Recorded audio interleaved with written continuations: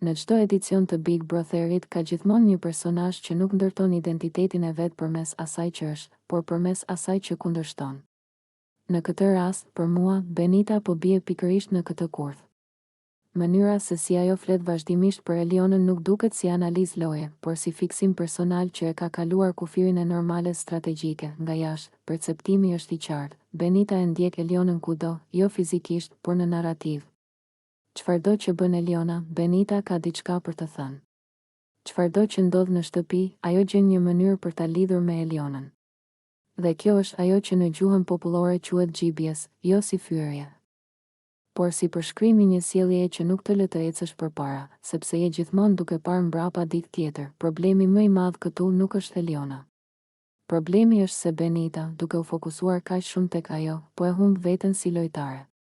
Në vend që të ndërtoj histori, qëndrim, mendim të pavarur, ajo po kthehet në hije të dikujt tjetër. Dhe në Big Brother, hijet nuk mbahen mend ata që krijojnë dritë ose errësirë vet. Klodi dhe fiksimi i padukshëm, edhe më i dukshëm bëhet ky model sjelljeje kur vjen puna te Klodi. Pa thënë drejt për drejt fjalë të mëdha, pa deklarata të hapura, Benita jep sinjale të qarta se Klodi nuk është thjesht një bashkëbanor për të. Është dikush që e shqetëson, e tërheq, e nervozon dhe e mban vazhdimisht në vëmendje.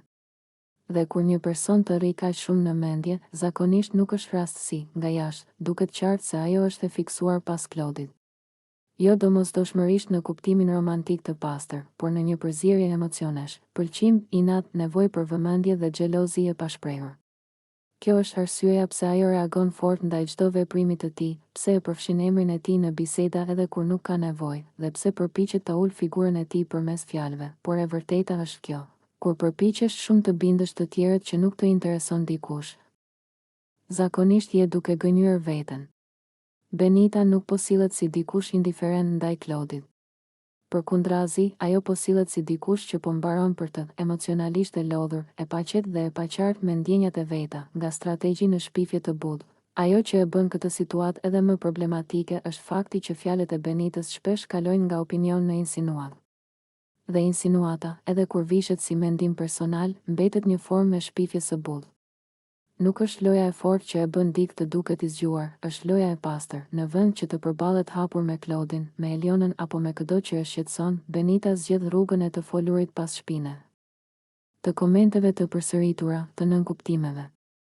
Dhe kjo, për publikun, është e dukshme.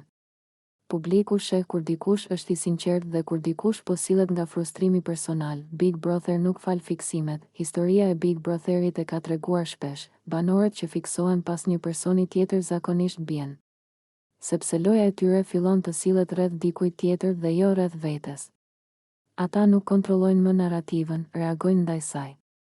Dhe reagimi i vazhdueshëm është shenjë dobësie, jo force. Benita, nëse do të kishte zgjedhur të ndërtonte lojën e saj pa Elionën dhe pa Klodin si qendra gravitacionale, do të kishte pasur shumë më tepër shanse.